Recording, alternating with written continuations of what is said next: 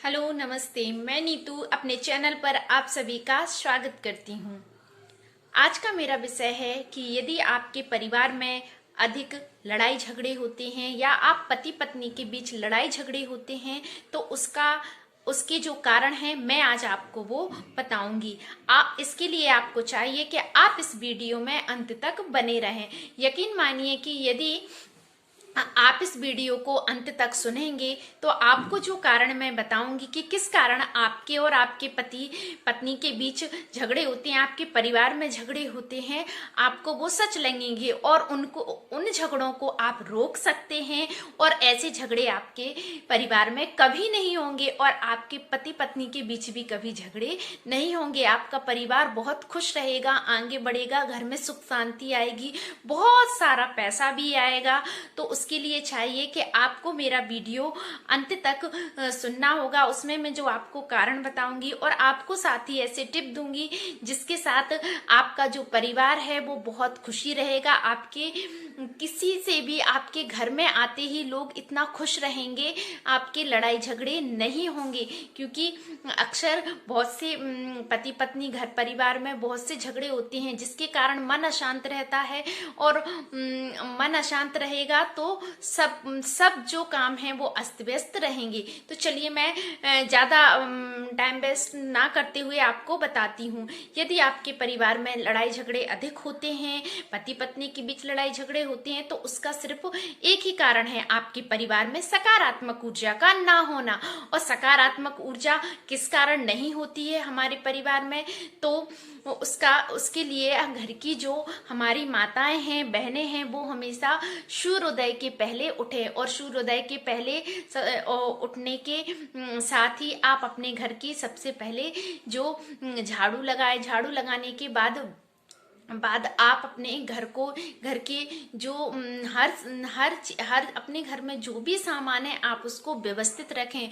और सबसे जो मेन कारण है कि हमारे घर में आपने देखा होगा कि सो के उठने के बाद आप अपना बिस्तर ऐसे ही छोड़ देते हैं। तो आपको चाहिए कि आप सो के उठने के तुरंत बाद ही, या कोई भी सो के उठे और बिस्तर डला है तो उसको बहुत अच्छे तरीके से रैप करके उसको घड़ी करके और उसको हम रख दें। और क्योंकि अगर बिस्तर ज्यादा टाइम तक पड़ा रहता है तो उससे हमारे घर में नकारात्मक ऊर्जा आती है।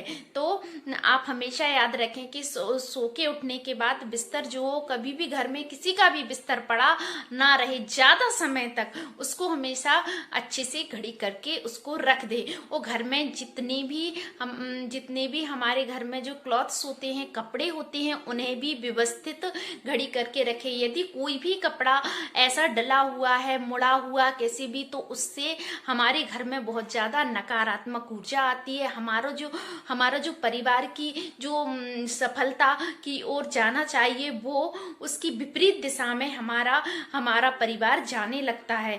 तो एक तो ये कारण, और आप अपने घर पर हमेशा अपनी जो किचन है, जहाँ तक हमारी किचन है, किचन को बहुत साफ रखें। आपको हमारी जो माताएं और बहनें हैं वो हमेशा अपनी किचन को साफ रखें, क्योंकि किचन से हमारे घर में सुख समृद्धि आती है। आपने काम किया, इसके बाद आप जहाँ तक रखें तो किचन में हर चीज व्यवस्थित होनी चाहिए। ये नहीं कि ये यहाँ डला, ये सामान यहाँ डला, ऐसा नहीं। आपको चाहिए कि आप अपनी किचन को व्यवस्थित रखें। बर्तनों की जगह पे बर्तन, जहां जो सामान रखा जाता है उसको व्यवस्थित रखें।